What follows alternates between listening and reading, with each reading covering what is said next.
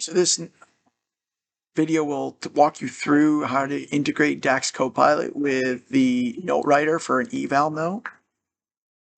So DAX Copilot, as great as it is, I don't think it will ever overcome the efficiency of macros. So still using your standardized macro like you otherwise would.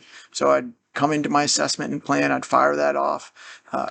Similar to our workflows for our daily as well as our progress note, I would come in and I would hit AP section, and this would populate my DAX AP section, but in addition to the other macro content that is populated here.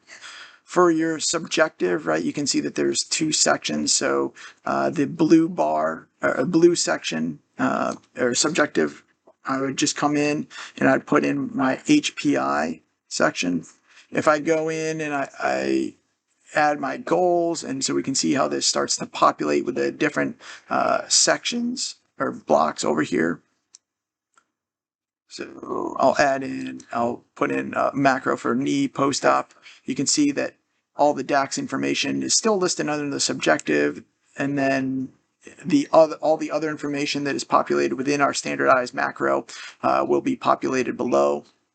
Again, using this integration of DAX with Patient IQ, you could pull up Patient IQ and verbally talk through the content, and that would otherwise populate or summarize all the information that is available via Patient IQ in your conversation with the patient just below. That would be an efficient workflow. For your physical examination and your results, those would be most appropriate under your objective section. So you would do .result sections for both of those.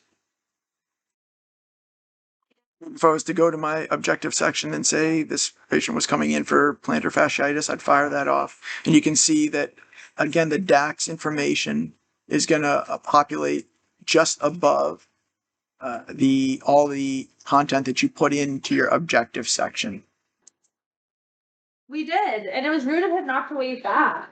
The final thing that you'll need to do, whether you want to create it as part of your macro or not, you'll need to come in, and if you do use DAX, then you'll need to put in DAX consent.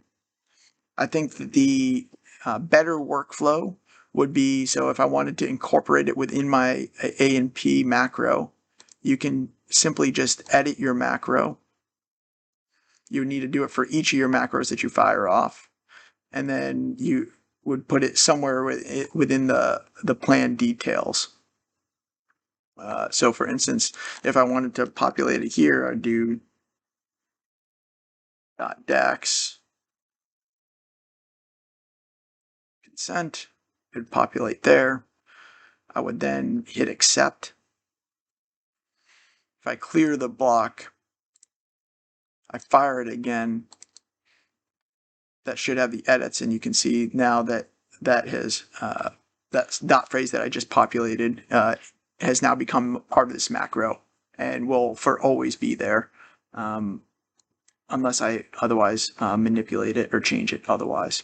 But that would be the standardized workflow for how to populate an evaluation note using Notewriter with the DAX Copilot integration.